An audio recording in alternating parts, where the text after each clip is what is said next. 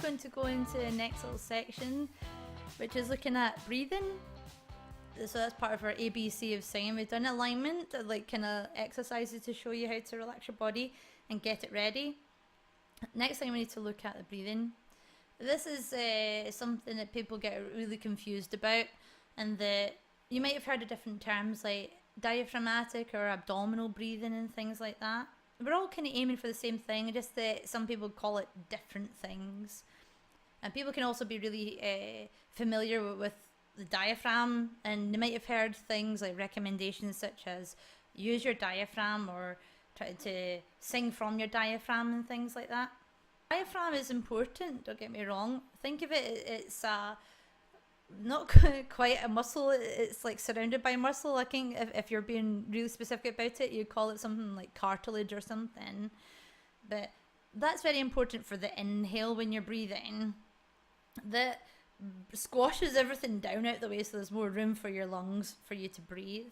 So diaphragm is vitally important for inhale of your breath, but it's something different that controls your exhale. Exhale is controlled by something that you call a transversus abdominis. It's also referred to as the corset muscle. It goes right around the middle of your body.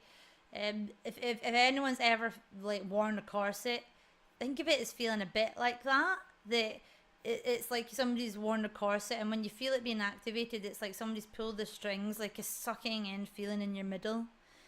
Next time that you see any kind of footage from the Olympics, look at the Olympic male swimmers, because they have really good stamina, and that comes from greater use of the corset muscle, because that controls the exhale. You might notice in some male swimmers that they have a very slight kind of V shape going into their abdomen.